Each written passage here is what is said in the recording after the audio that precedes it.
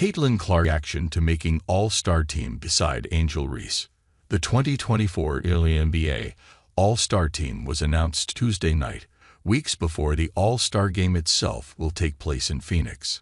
The format is that all stars from the USA basketball women's national team will compete versus the WNBA All-Stars voted in by fans, media, and coaches. There was tons of discussion regarding whether Caitlin Clark would make the national team, and there was tons of fanfare afterward when the guard didn't make the cut in June. Instead, Clark made the 12-player WNBA All-Star team, and so did Chicago Sky rookie Angel Reese.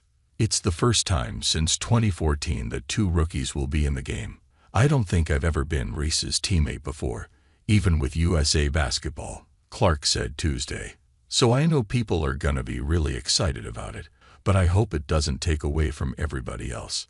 Like, this is a huge accomplishment for everybody on Team USA and everybody on Team WNBA. I don't want it to just be the focal point of All-Star Weekend. Clark and Reese are the frontrunners for the Rookie of the Year award. Clark became the fastest rookie to reach 300 points, 100 rebounds, and 100 assists. She leads all rookies in assists per game and three-pointers. On the other hand, Reese leads all players in rebounds per game and has strung together an impressive 11 consecutive double-doubles as of late. All-Star status can't be a criterion for deciding Rookie of the Year anymore. They're both there. To no surprise, the Las Vegas Aces moved Tuesday night's matchup with the Indiana Fever from Michelob Ultra Arena to T-Mobile Arena. The result? The fifth most attended regular season game in WNBA history, with an announced crowd of 20,366. Including the playoffs, it was the most attended matchup since 2007. Caitlin Clark could tell the vibe was different than ever. It was probably one of the best we've had, from like an energy standpoint, Clark said after the Fever lost to the Aces, 88-69. The amount of people here watching warm-ups. I feel like that's when I can kind of get a gauge on how good the crowd is or how excited they are about the game. Tonight, it just felt very different. There were mobs of people watching us warm up. Clark's allure has already ushered in sellouts and large crowds. Right before tip-off was when the WNBA All-Stars were announced. Clark and teammates Kelsey Mitchell and Aaliyah Boston all made it. It marked the second straight appearance for the latter non-rookies. Clark wound up as the leader in fan voting. Boston came in second. Together, they garnered 1,319,415 votes. Mitchell led all Fever scorers with 23 points Tuesday, draining 5 three-pointers to match her season high.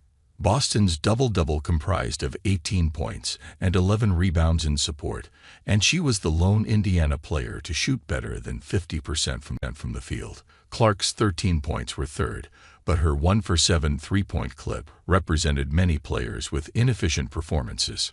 Clark's 11 assists redeemed some of it. There were pockets where the Fever's offense looked dynamic and fluid with the rookie's help, but other times it looked flat. Indiana only trailed by 6 points going into the fourth quarter at the back-to-back champions. Then, the Fever only scored 5 points midway through the fourth. Too many Las Vegas players were left open. Kelsey Plum hit 6 three-pointers for 34 points. A'ja Wilson scored 28 points too.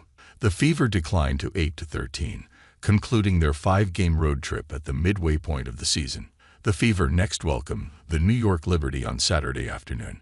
They are 0-3 versus New York. I think that we've made strides in a lot of different areas that not a lot of people can appreciate, Mitchell said, reflecting on the first half of the season. Us 12 did a really good job from game to game, learning each other as best as we possibly could, respecting each other as we possibly could, and building a good culture. I think at Game 21, we made really big strides in that area. I think it contributes to us winning, Mitchell added. The Fever have won 6 of their last 10 games. But while they may have 3 All-Stars, the Aces have